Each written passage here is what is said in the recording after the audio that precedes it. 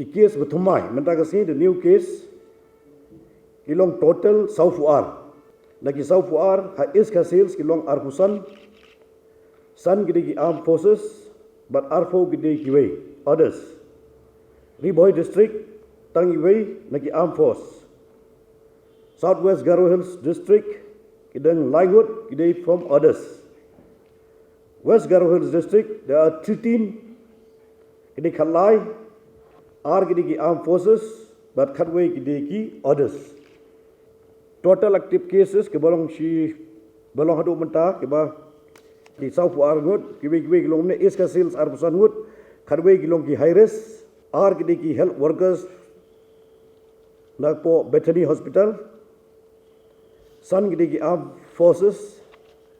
Hinyo gidi ki ILI cases na Riboy district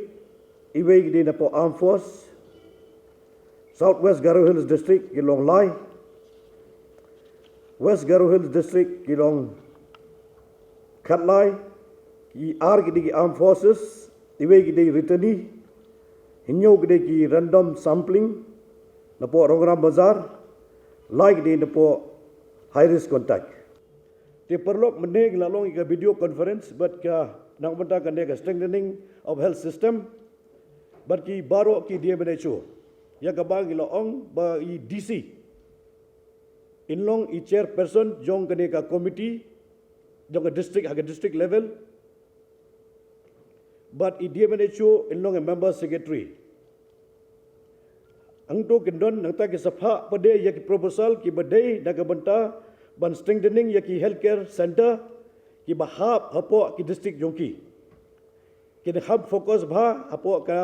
PHC CHC but ya kini ki sub centers and also the dispensary but kila bande igani ban upgrade igani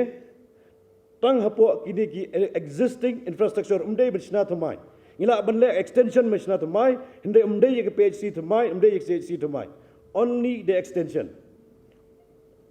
within the existing infrastructure. Also, we can upgrade the medical facilities within the existing infrastructure, medical equipments do we have, we can upgrade it. If the medical facilities do we have, we can upgrade it within the existing facilities. Also, they have to consult with the medical experts. Medical expert means the medical superintendents of the hospital, and also the MOs of all the CAC spaces has to have a very strong coordinations among all the medical experts, DCs and the DMNHO, and they can send on priority. We can send the entire thing, but you have to be prioritized. Suppose now they have about maybe 20 priority to be upgraded or also to add more facilities. But the DMNHO, the DHSMI, and also the high level, the state level committee, they will sit and also prioritize the need base. Whatever it is need based, they will take up for the executions. Kini kijing ong iki balada don baru sibon diliru kamne lei tamba fiap le on the need base. Kat kamba pidon kam ningkong. Kaya balong emergency ningkong ya kita pidiban I number 1, number 2, number 3 kita teter kenang bagila ban take up apa ke DHS but ke state level committee. Regarding the patients are going from any places going to the hospital. See, the few hospital which I will not be able to name, when the patient had reached to the hospital management, the hospital management authority, instead of taking the patient for the treatment, they are waiting till